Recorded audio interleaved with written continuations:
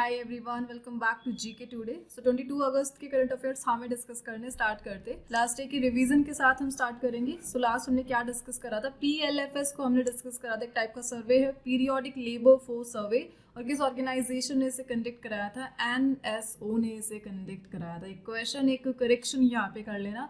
NSO को basically 2019 में बनाया गया था, CSO एंड NSSO को मर्ज करके, ठीक है, एक single department under the ministry of statistics. ठीक है, चलिए आगे बढ़ते। Who won the man single tennis title at the 2025 Cincinnati Open? So tennis से related major tournament Cincinnati Open it is, और रिसेंटली किसने इसे जीता है? And that player is from Spain, Carlos Alcaraz ने यह जीता है।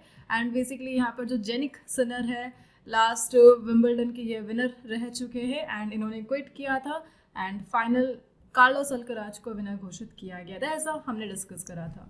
विच village in Uttar Pradesh has been selected for the Indian subcontinental responsible tourism award? और उस विलेज का नाम क्या है? That is Karikot village. कहाँ पर लोकेटेड है? उत्तर प्रदेश के बहरच डिस्ट्रिक्ट में यह लोकेटेड है। एंड रिसेंटली सस्टेनेबल टूरिज्म को प्रमोट करने के लिए इन्हें इस अवार्ड से रिकग्नाइज किया गया। द नेक्स्ट वन, एक पोर्टल को हम डिस्कस करें। What is the name of the portal? Launch as a single window solution for newspaper and periodical registration, और इस पोर्टल का नाम है option number B, press Sewa portal. India में फ्रीडम ऑफ प्रेस को बूस्ट करने के लक्ष्य से इसे लाया गया है। लेट्स सी क्या होता है इसके भी। The next one, where is the headquarter of United Nation High Commissioner for refugee located? So इनका हेडक्वार्टर कहाँ पर लोकेटेड है? Option number B, Geneva Switzerland में लोकेटेड है। एंड बेसिकली जितनी भी रिफ्यूजी उनकी सेफ्टी को यह देखता है। And where has India's first removable solar panel system between railway tracks been commissioned? So recently railway जो मिनिस्ट्री है उन्होंने इंडिया का पहला पोर्टेबल जो सोलर पैनल है वो लगाया, और कहाँ पर लगाया? वाराणसी में, और ये पहली सिटी बन चुकी है ऐसा काम अचीव करने वाली। द नेक्स्ट वन, एक ट्राइब को हमने डिस्कस कर, दैट इज सहरिया ट्राइब, और किस स्टेट में ये प्राइमरली फाउंड होती है? सो यहाँ पर एक जेनेटिक स्टडी की गई थी कि किस प्रकार टीबी इस ट्राइब में कॉमन है, एंड ये आपको कहाँ पर देखने को मिलेगी? सेंट्रल इंडिया में, एग्जैक्टली मध्य प्रदेश, राजस्थान एंड उत्तर प्रदेश के कुछ रीजन में ये आपको देखने को मिलेगी। पल्मायरा पाम ट्री को हमने डिस्कस करा था, किस रीजन में यह पाया जाता है? Please note, tropical Africa reason में यह पाया जाता है। लाइटनिंग डेथ को प्रिवेंट करने के लिए ये यूजफुल है। एंड नव्या इनिशिएटिव को हमने डिस्कस करा था, एक जॉइंट कोलैब है, बेसिकली दो मिनिस्ट्रीज ने मिलकर नव्या को लॉन्च करा है, सो दैट जो किशोरी बालिका है, एडोलेसेंट गर्ल्स, उनके स्किल डेवलपमेंट पर फोकस किया जा सके। सो ministry of skill development and ministry of women ने यहाँ पर कोलैब करा है और नव्या इनिशिएटिव को लॉन्च किया था। लास्ट हमने डिस्कस करा था, which country is the host of world archery youth championship, और इसे रिसेंटली किसने होस्ट करा है? And that country is option number C, Canada ने इसे होस्ट करा है। एंड जो क्वेश्चंस मैंने आपसे पूछे थे, which state government has launch the Shram Shri scheme for migrant workers? So Shram Shri scheme को एक स्टेट ने लॉन्च करा, and that state is option number D, West Bengal ने इसे लॉन्च करा recently. And the last, deep ocean mission was launched by which ministry? So basically earth science से related है deep ocean mission, और इसे launch करा है मिनिस्ट्री ऑफ अर्थ साइंस ने। Option number C is the answer. चलिए back to the session. आज हम क्या डिस्कस कर रहे हैं? आदि कर्मयोगी अभियान को हम डिस्कस करेंगे, किस मिनिस्ट्री के तहत यह आता है। इंडियन रेलवे के एक अदर इनिशिएटिव को हम देखेंगे, गरिमा गृह इनिशिएटिव, एक अवार्ड अभी न्यूज़ में रहा उससे रिलेटेड स्कीम को हम देखेंगे, नेशनल अनुभव award scheme, and one free zone passport को हम यहाँ पे डिस्कस करेंगे, इंटरनेशनल करंट अफेयर। एंड आज बेसिकली स्पोर्ट्स न्यूज़ में जो सिंसिनाटी ओपन हुआ है उसके विमेंस प्लेयर को हम डिस्कस करेंगे जिसने ये टाइटल जीता है, एंड विमेंस को रिलेट करेंगे यहाँ पर साल के जो 4 ग्रैंड स्लम्स है उनसे, ठीक है। एंड रिसेंटली यहाँ पर पार्लियामेंट में कुछ अपडेट आई है, नई लैंग्वेज को यहाँ पर ऐड किया गया है हियरिंग के लिए, जितनी भी प्रेसिडिंग्स होती है लोकसभा में डिफरेंट लैंग्वेज में अवेलेबल हो, एआई को यहाँ पे यूज़ किया जाएगा, उसके बारे में हम जानेंगे। एंड रिसेंटली जो भी न्यूज़ चल रही है वोट चोरी इंडिया में राहुल गांधी के द्वारा जो भी प्रोपेगेंडा यहाँ पर चलाया जा रहा है, सो उससे रिलेटेड एक क्वेश्चन है हमारे पास, उसे हम डिस्कस करेंगे। The first one, and please note all this question is of daily 20 MCQ series का पार्ट है जो आपको जीके टुडे के एंड्रॉइड ऐप पर मिल जाएंगे. मल्टीपल लैंग्वेज में it is available. And the first one, which 3 languages were recently added to make Lok Sabha proceedings available in all 22 languages of the 8th schedule of the constitution. So recently यहाँ पर 8th schedule of constitution उसकी जितनी भी languages part है total 22 उन्हें officially parliament में include कर लिया गया है लोकसभा प्रोसीडिंग्स में रिसेंटली. एंड यहाँ पर पहले 18 लैंग्वेज पार्ट थी पार्लियामेंट प्रोसीडिंग का. नाउ न्यू 3 लैंग्वेजेस को ऐड किया गया है और उन 3 लैंग्वेजेस का नाम आपसे पूछा जा रहा है इस क्वेश्चन के तहत. And the answer is option number C, Kashmiri, Konkani and Santhali. Recently इन तीनों लैंग्वेजेस को ऐड कर लिया गया लोकसभा प्रोसीडिंग्स में. और जो लोकसभा के स्पीकर है ओम बिरला, उन्होंने रिसेंटली इसके लिए अनाउंसमेंट करी. 18th लोकसभा अभी चल रही है. रिपीटर स्पीकर है हमारे पास ओम बिरला. ठीक है. सो यहाँ पर इस क्वेश्चन के साथ हमें डिस्कस क्या करना है, basically 8th schedule of the constitution को हम डिस्कस करेंगे. ओरिजिनली कितनी सारी जो भाषा है, लैंग्वेज है, वो इसका पार्ट है. मेजर कौन कौन सा अमेंडमेंट है जो इससे एसोसिएटेड है. एंड पार्लियामेंट में जो प्रोसीडिंग्स कराई जाएगी टोटल 22 लैंग्वेजेस में अब से, उसके लिए जो प्रोजेक्ट है वो किसे दिया गया है, उस कंपनी को हम यहाँ पर डिस्कस करेंगे. ठीक है. सो फर्स्ट हम डिस्कस करें 8th शेड्यूल, कब से यह स्टार्ट होता है. सो प्लीज नोट, जब भारत का रिपब्लिक बेसिकली संविधान हमारा बना था 26 नवंबर, संविधान दिवस जिसे हम कहते हैं. एंड 1950 में ओरिजिनली 8th शेड्यूल में यहाँ पर 14 लैंग्वेजेस इंक्लूडेड थी. कौन कौन सी थी? असमीज थी, बंगाली थी, गुजराती थी, हिंदी थी, कन्नड़ा थी, कश्मीरी थी, मलयालम थी, मराठी थी, उड़िया, पंजाबी, संस्कृत, तमिल, तेलुगु एंड उर्दू. यह सब ओरिजिनली जो हमारा 8th शेड्यूल था उसकी पार्ट थी. आगे जाकर कुछ मेजर अमेंडमेंट यहाँ पर होते हैं और 8th शेड्यूल में और ज़्यादा जो लैंग्वेजेस है इंडियन उन्हें इंक्लूड कर दिया जाता है. तो 21st अमेंडमेंट एक्ट को ध्यान रख लेना, 1967 में आया था और सिंधी लैंग्वेज को यहाँ पर जोड़ा गया किसमें, 8th शेड्यूल में. और 14 से 15 लैंग्वेज यहाँ पर हो गई. देन आगे जाकर 71st अमेंडमेंट एक्ट आता है और कोंकणी, मणिपुरी, नेपाली को इसमें जोड़ दिया जाता है. 3 न्यू लैंग्वेजेस यहाँ पर आ जाती. देन 92nd अमेंडमेंट एक्ट होता है जो रिसेंट 2003 का, और जो रिसेंटली एडेड लैंग्वेजेस है कौन कौन सी, Bodo, Dogri, Maithili and Santhali. And now 2025 में टोटल कितनी हो चुकी है, 22 लैंग्वेज, जो कि 8th schedule of the constitution का पार्ट है. नाउ पार्लियामेंट ने भी इन 20 लैंग्वेजेस को ऑफिशियली यहाँ पर एक्सेप्ट कर लिया है लोकसभा प्रोसीडिंग के लिए. ठीक है. And at last Hindi is the official language. So यहाँ पर हम जो डिस्कस कर रहे हैं मेजर अमेंडमेंट एक्ट तो हमने डिस्कस कर ही लिए हैं. अभी रिसेंटली एक टर्म हमने डिस्कस करा था, लैंग्वेज को हम डिस्कस करें, that is classical language of India. Recently कुछ अदर लैंग्वेजेस को क्लासिकल लैंग्वेज के तौर पर भी अपनाया गया है. बता सकते हैं कौन कौन सी है. और क्लासिकल लैंग्वेज ऑफ इंडिया ये कंसेप्ट कब आया था इंडिया में? सो ये स्टार्ट होता 2004 से. हमारी जो एंशिएंट हेरिटेज है उसे प्रिजर्व करने के लिए क्लासिकल लैंग्वेजेस ऑफ इंडिया को स्टार्ट किया जाता है. सो ओरिजिनली 2004 में तमिल लैंग्वेज को इंक्लूड किया जाता है. देन 2005 में Sanskrit, then Kannada, then Telugu, then Malayalam and Oriya 2014 में इसे इंक्लूड किया गया था. ठीक है. एंड अभी रिसेंटली हमने अपडेट देखी थी 2024 में कुछ 5 न्यू क्लासिकल लैंग्वेजेस को ऐड किया गया. कौन कौन सी? मराठी, पाली, प्राकृत, आसामीज एंड बंगाली. इस प्रकार टोटल हमारे पास 11 क्लासिकल लैंग्वेजेस यहाँ पर हो चुकी है. सो 8th शेड्यूल में 22 है और क्लासिकल लैंग्वेजेस में हमारे पास 11 है. रिसेंट कौन कौन सी एडेड है? एंड लोकसभा प्रोसीडिंग में तो कश्मीरी, कोंकणी और संथाली को, क्लासिकल लैंग्वेज कैटेगरी में मराठी, पाली, प्राकृत और असमीज और बंगाली को. ठीक है.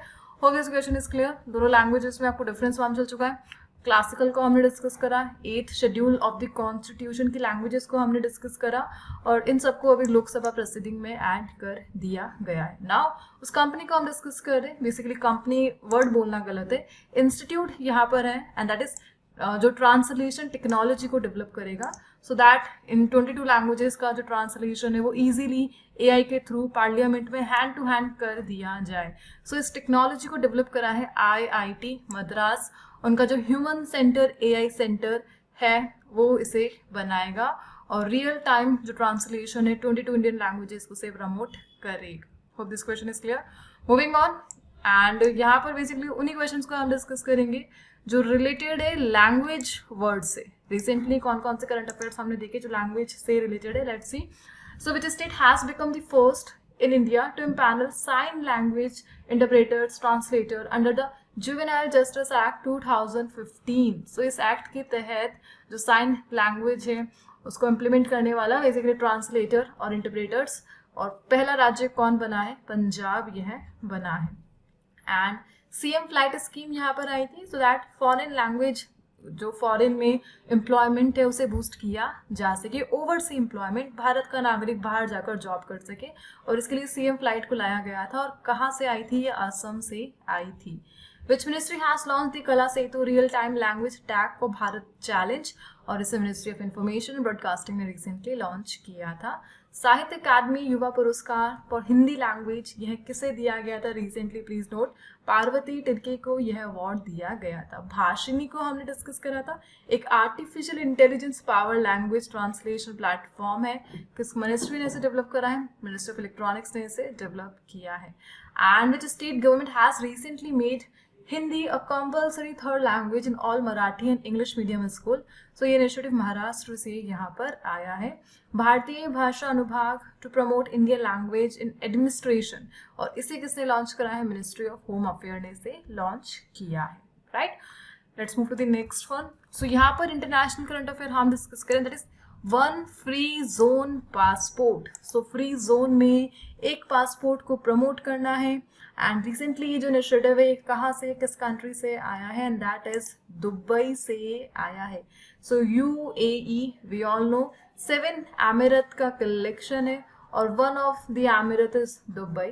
सो रिसेंटली दुबई इंट्रोड्यूस करा है वन फ्री जोन पासपोर्ट, और दुबई की जितनी भी फ्री जोन एरिया हैं जहाँ पर कोई भी टैक्स यह नहीं लगा रहा है अपने प्रोडक्ट्स को इंपोर्ट करने पे और बेसिकली एक्सपोर्ट करने में, इंपोर्ट करने पे टैक्स यहाँ पर नहीं लग रहा है। जो प्रोडक्ट है वो टैक्स फ्री है, and that is a free zone area of Dubai. Now यहाँ पर फ्री जोन में सिंगल लाइसेंस जो फैसिलिटी से अवेलेबल किया जाएगा पासपोर्ट होल्डर सिटीजन के लिए। सो रिसेंटली जो दुबई फ्री जोन काउंसिल है उन्होंने ये अनाउंस करा, और जितने भी प्रोसेस थी multiple permission and cost reduce होगा, ऑपरेशन सिंप्लीफाई किए जाएंगे।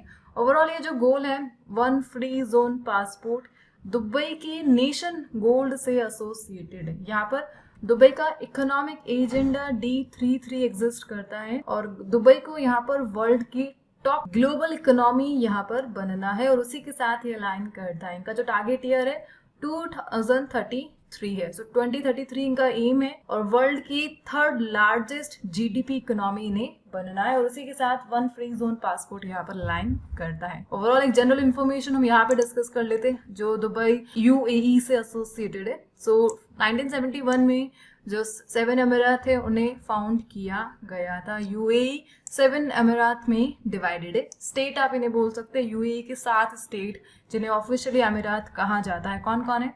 Abu Dhabi, Dubai, Sharjah, Ajman, Umm Al Quwain, Ras Al, Khaimah, Fujairah. ये बेसिकली 7 अमीरात हैं, और इनकी कैपिटल सेम नेम से है। दुबई की कैपिटल दुबई है, शारजाह की कैपिटल शारजाह है, आबू धाबी की कैपिटल आबू धाबी है। ठीक है, सो गल्फ नेशन है, मेजर पेट्रोलियम ऑयल एक्सपोर्ट यहाँ से देखने को मिलेगा।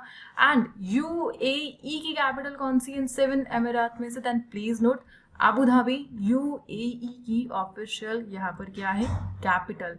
एंड एट प्रेजेंट प्रेसिडेंट कौन है यहाँ पर? And that personality is president Sheikh Mohammed bin Zayed Al नहायन। ये अभी हैंडल कर रहे हैं UAE को। ठीक है, चलिए आगे बढ़ते हैं। कुछ क्वेश्चंस को हम यहाँ पे रिवाइज करते हैं जो इंटरनेशनल करंट अफेयर टॉपिक से ही एसोसिएटेड है। Which country has become the first African country to sign a country partnership framework with the International Solar Alliance? So ISA के साथ International Solar Alliance जिसे इंडिया ने initiate करा है, और उसके साथ एक MOU साइन करा है किस अफ्रीकन कंट्री ने? मॉरिशस, और पहली अफ्रीकन कंट्री है जिन्होंने यह MOU साइन किया है। Which countries were elected along with India to United Nations Economic and Social Council from the Asia Pacific Group?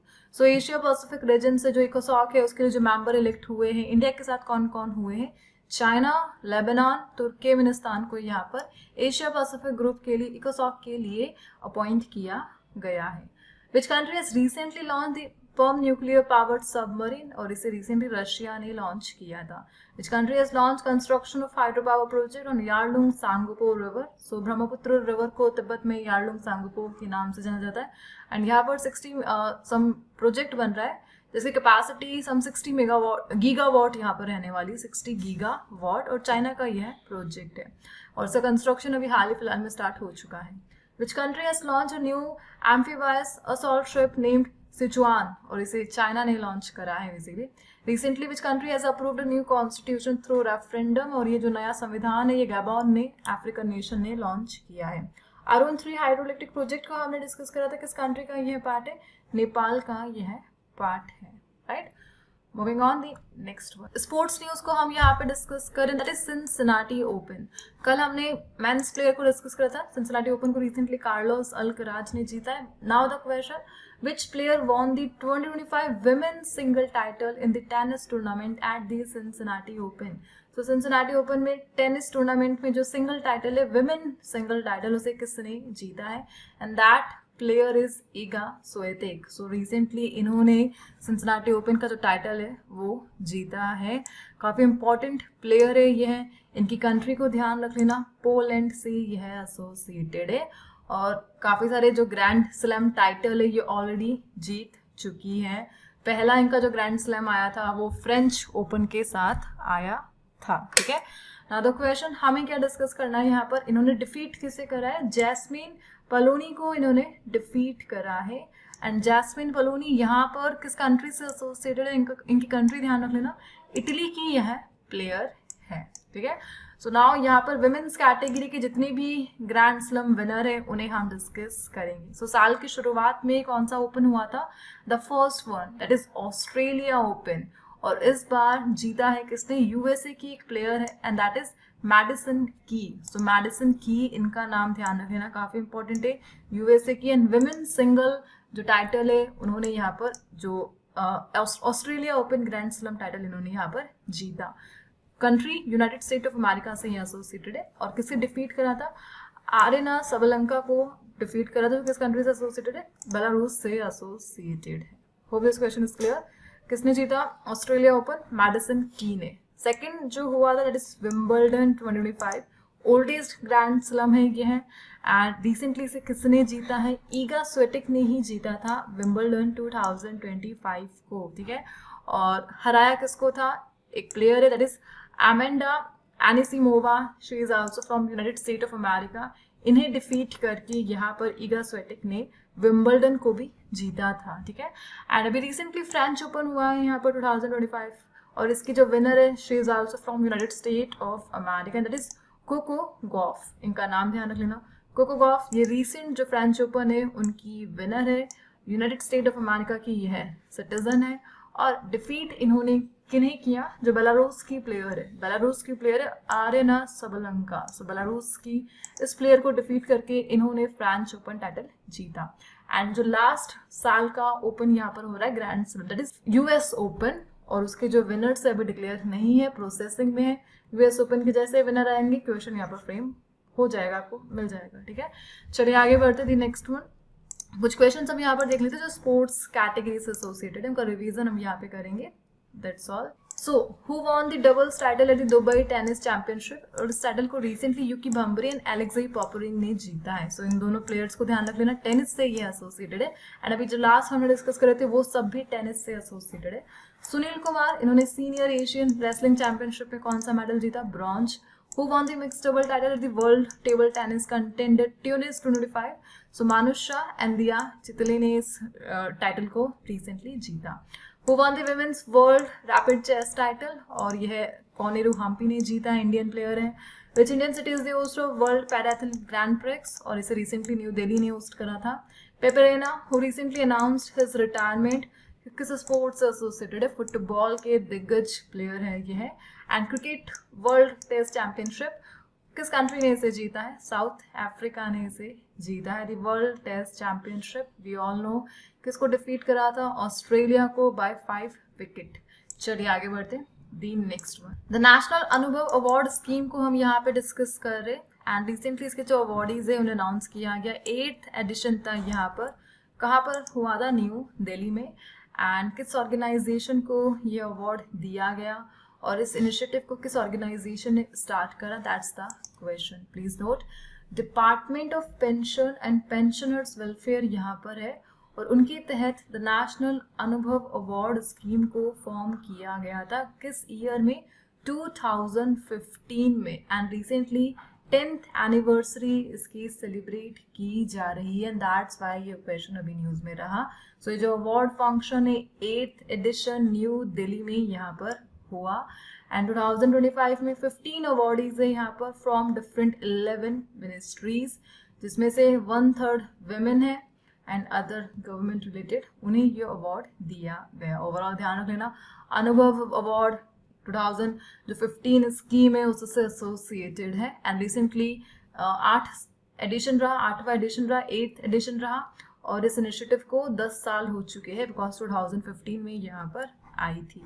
So department of pension यहाँ पर हाईलाइट है, किस मिनिस्ट्री के तहत ये काम करता है? Please note, ministry of personnel public grievances and pension के तहत यह काम करता है एंड ये एक ऐसी मिनिस्ट्री जो डायरेक्टली जो प्राइम मिनिस्टर है उनके द्वारा हेड की जाती है। सो पीएम मोदी के पास है यह, जिस प्रकार department of space PM Modi के पास है एंड पीएम मोदी के नीचे यहाँ पर मिनिस्टर ऑफ स्टेट है पर्टिकुलर मिनिस्ट्री के लिए, that is doctor Jitendra Singh. ठीक है, सो सेम जो मिनिस्ट्री ऑफ साइंस है उनके लिए भी जो state of minister that is also doctor Jitendra Singh, plus जो पेंशन विभाग है उसके लिए भी। ठीक है, चलिए आगे बढ़ते हैं। नेक्स्ट वन, अन्न चक्र को हम देख रहे हैं यहाँ पर एंड अन्न चक्र बेसिकली एक इंटरनेशनल ऑर्गेनाइजेशन ने अन्न चक्र को रिसेंटली अनाउंस करा है एंड इंडिया ने रिसेंटली अपने फूड डिस्ट्रीब्यूशन सिस्टम में अन्न चक्र को इंक्लूड किया है। अनदर क्वेश्चन, व्हाट इज अन्न चक्र in the context of India's food distribution system?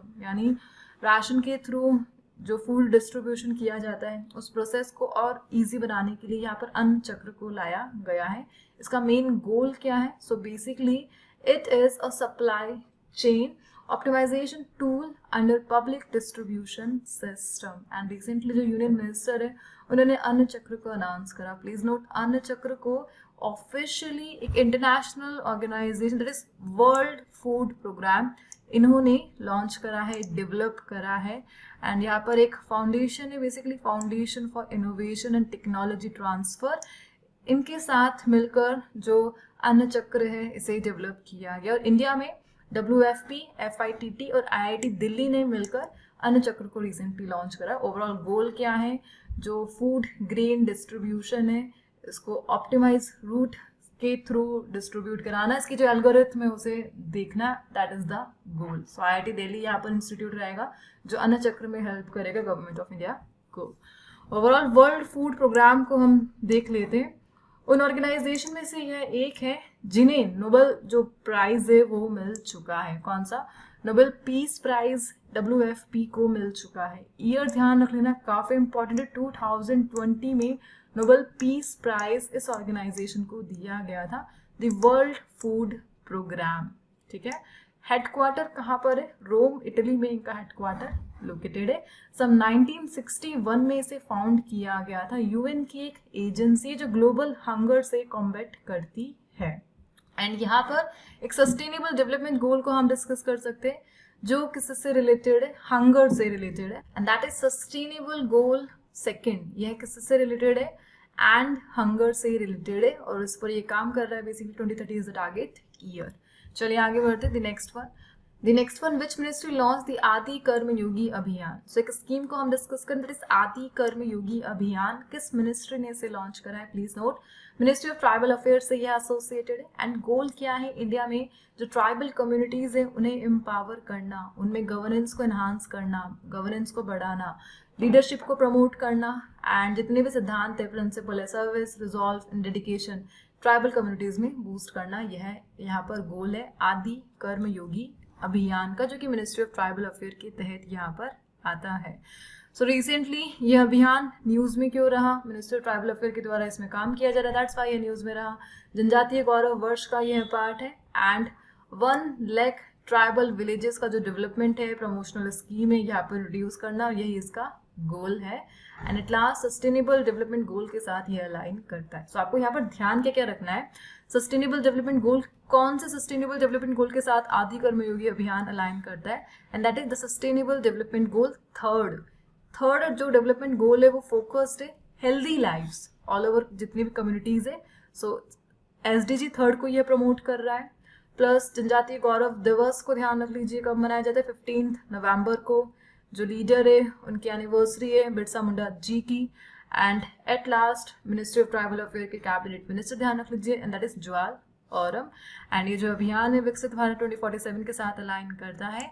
And किन पिलर्स पर बेस्ड है, सेवा, संकल्प एंड समर्पण, इन 3 पिलर्स पर यह बेस्ड है। The next one, where has Indian Railway commissioned the country's longest elevated grade separator bridge?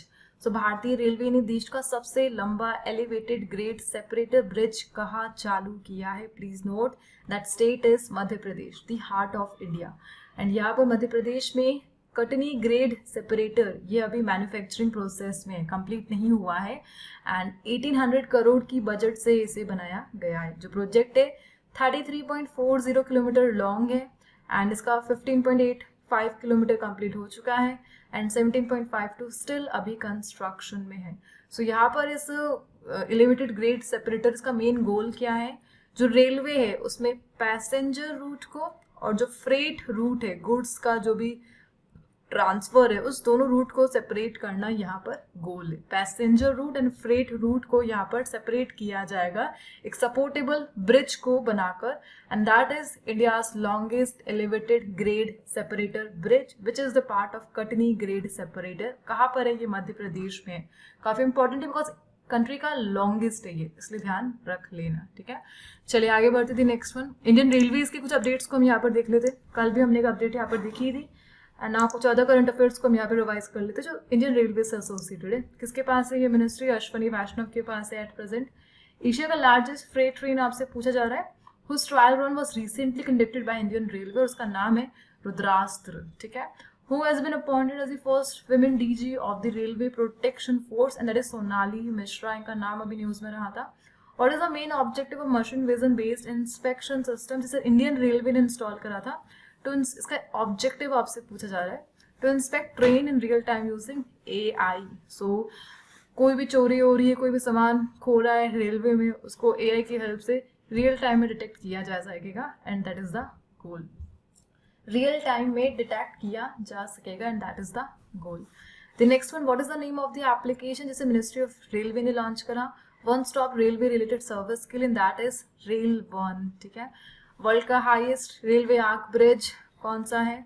Chenab rail bridge है। Which city has become the 4th capital city in north eastern region to be connected to the railway network, and that is Aizawl, capital है ये। And where was India's railway first 9000 HP horse power locomotive engine inaugurated, और गुजरात में इसका inauguration हुआ था। Moving on, the next one scheme ही है, that is Garima Griha initiative.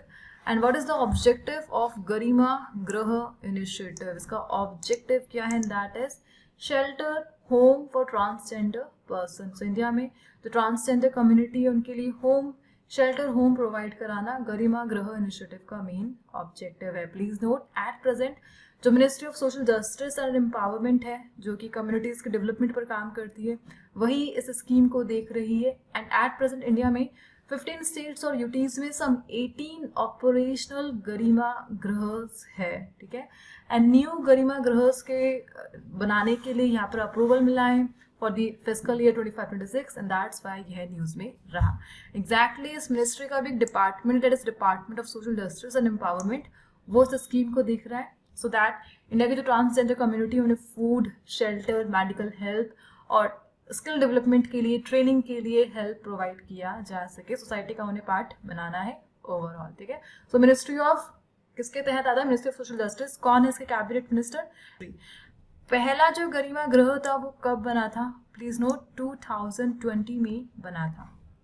The next one, ICSSR को हम डिस्कस कर रहे, the Indian council of social science research, ठीक है, and it functions under which ministry. So please note, ministry of education के तहत यह फंक्शन करता है. 1969 में इसे स्टार्ट किया गया था. इंडिया की लीडिंग बॉडी है ये सोशल साइंस रिसर्च में. सपोर्ट करता है ये पॉलिसी मेकर्स में research based solution and social जितने भी चैलेंजेस है उन्हें एड्रेस करना, यह इनका गोल है. Please note, ICSSR basically institute को फंडिंग यहाँ पर देता है and that institute is CSDS. इसका फुल फॉर्म क्या है? CSDS, centre for the study of developing society, ठीक है. एंड रिसेंटली हुआ क्या, राहुल गांधी के द्वारा जो वोट चोरी का जो भी चल रहा है आप सबने देखा है, तो रिसेंटली ICSSR ने CSDS को यहाँ पर डायरेक्शन प्रोवाइड करे हैं कि आप लोग इन्वेस्टिगेशन कीजिए कि ये वोट चोरी का कंसेप्ट क्या है, एक्चुअल में ऐसा कुछ हुआ है क्या, और इसके लिए जो रिपोर्ट है इन्होंने सून इनसे मांगी है, अदरवाइज ये इनका फंडिंग रोक देंगे. स्पेशली महाराष्ट्र में जो पोल डेटा है उसमें जो भी मैनिपुलेशन हुआ है उसके लिए रिपोर्ट इन्हें पेश करनी है ICSSR को, एंड दैट्स व्हाई यह न्यूज में रहा, ठीक है. The next one, which railway zone become the first in India to adopt compostable bioplastic packaging developed by IIT Guwahati? So recently IIT Guwahati ने यहाँ पर eco-friendly compostable bioplastic packaging को develop करा है, और कौन सा रेलवे जोन बन चुका है जिसने इसे अडॉप्ट करा है और फर्स्ट इन इंडिया है, and that is north east frontier railway ने इस इको-फ्रेंडली जो सॉल्यूशन है इसे रिसेंटली अडॉप्ट कर लिया है in the train. So recently on 15th of August, so NFR ने यहाँ पर इंट्रोड्यूस करे the eco friendly biodegradable linen bags 25 trains में अक्रॉस सेवरल स्टेट, और 40,000 बैग्स का जो डिस्ट्रीब्यूशन है किया गया on the independence day, that's why यहाँ पर यह न्यूज में रहा. NFR के ग्रीन मिशन के साथ अलाइन करता है. ओवरऑल जो रेलवे का गोल है 2030 नेट जीरो, उन सब के साथ ये अलाइन करता है. So north east frontier railway को ध्यान रख लेना. एंड रिसेंटली इन्होंने इंडिया का जो अडॉप्ट कंपोस्टेबल बायोप्लास्टिक पैकेजिंग है इसे रेलवे में इंट्रोड्यूस कर दिया है. ऐसा करने वाला यह पहला बन चुका है, ठीक है. सो एक क्वेश्चन मैं आपसे पूछ लेती हूँ कि यूनेस्को की वर्ल्ड हेरिटेज साइट जो NFR जोन के तहत ऑपरेट होती है, and that is the Darjeeling Himalayan railway, एक ऐसा रेलवे जो यूनेस्को का जो वर्ल्ड हेरिटेज साइट है उसका पार्ट है. काफी इंपॉर्टेंट है, इसे ध्यान रख लेना. एंड NFR कब से एक्टिव है? 1958 से यह एक्टिव है, रेलवे का पार्ट. सो सेशन को हम यहाँ पर एंड करते हैं. आज जो क्विज के क्वेश्चन है आप सभी के लिए, that is related with the government schemes in news. इनके आंसर आप कमेंट बॉक्स में प्रोवाइड कर दीजिए, एंड हम मिलते हैं नेक्स्ट सेशन के साथ. And for more information, you can check the description box just below the video. And thank you for watching.